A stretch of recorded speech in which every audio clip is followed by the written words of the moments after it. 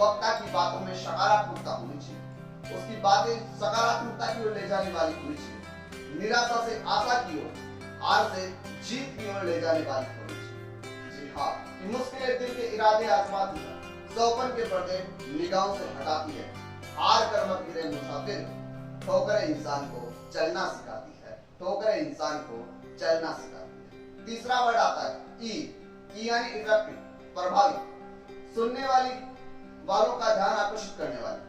वक्ता की बातें इफेक्टिव होनी चाहिए, प्रभावी होनी चाहिए, जो सुनने वाले की बातों को ध्यान आकर्षित करे, सभी सुनने वालों का ध्यान अपनी ओर आकर्षित कर सके, ऐसी बातें उसकी होनी चाहिए। उसकी बातों में वो विशेष बातें होनी चाहिए जो अपनी ओर ध्यान आकर्षित करे।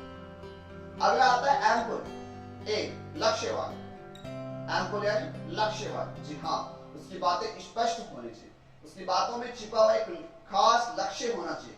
जैसे किसी टॉपिक पर बात करना, तो टॉपिक क्या है, उस टॉपिक का बात करने का उद्देश्य क्या है, उस टॉपिक पर बात क्यों करना चाहता है, ऐसा लक्ष्य अपना होना चाहिए। जैसे अगर आप किसी विद्यार्थियों को परीक्षा में अच्छे अंक कैसे आए इस पर बात करना चाहते हैं, तो आपके बताए टॉपिक्स को, आपके बताए हुए शब्दों को फॉलो करने के बाद उनके एग्जाम में अच्छे मार्क्स आने चाहिए। ऐसा लक्ष्य, ऐसा एम्पुल आपके पास होना चाहिए कि क्यों भरोसा करते हो गैरों पर, जब चलना है तुम्हें अपने ही पैरों पर, चलना है तुम्हें अपने ही पैरों पर।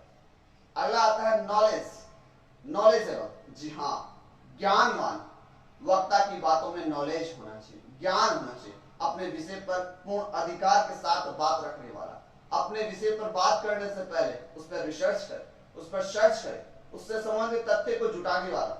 वक्ता की खास बात यही होती है, वो अपनी बात को कहने से पहले उस पर रिसर्च करता है, शब्दों को जुटाता है, अपने पास शब्दों की लाइन रखता है, अपने पास शब्द रखता है, रिसर्च करता है और ज्ञान करने के बाद बोलता है, क्योंकि गया हुआ समय और बोले हुए शब्द वापस नहीं आते।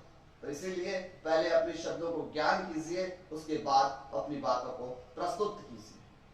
अगला आता है इंटरटेनिंग। जी हाँ, रोचक, उसकी बातों में मनोरंजन संबंधी बातें भी होनी चाहिए। ऐसा ना हो सुनते सुनते अपने दर्शक, अपनी ऑडियंस बोर हो जाए। कुछ ऐसी खास बातें और टिप्स शामिल होनी चाहिए कि शाम होते ही दिल उदास होता है, शाम होते ही दिल उदास होता है, टूटे ख्वाबों के सिवा ना कुछ पास होता है। तुम्हारी याद ऐसे वक्त बहुत आती है, तुम्हारी याद ऐसे वक्त बहुत आती है, जब कोई बंदर आसपास होता है, जब कोई बंदर आसपास होता है। ऐसे इंटरटेनिंग और भी बहुत सारे स्लोग, डायलॉग आप अपने स्पीच में शामिल कर सकते हो ताकि कुछ इंटरटेनमेंट हो, लेकिन विशेष ध्यान रखना होगा आपको रेशनल यानी विवेकशीलता। समय, पद और कार्यक्रम के अनुसार आपकी तैयारी होनी चाहिए। आपको समय कितना दिया गया है, आपका उस कार्यक्रम में क्या पद है और कार्यक्रम किस प्रकार का है, ऑडियंस किस प्रकार की होगी, ये सब आपको विशेष तौर से ध्यान रखना होगा। इसके अनुसार ही आपकी तैयारी होगी, तो आप भी बन सकते हो बेहतर वक्ता। इस वीडियो में बताए गए टिप्स और ट्रिक्स को फॉलो करके आप बेहतरीन वक्ता बन सकते हो, बेहतरीन स्पीकर बन सकते हो। तो फॉलो कीजिए टिप्स एंड ट्रिक्स और बनिए आप भी बेहतरीन वक्ता, बेहतरीन स्पीकर।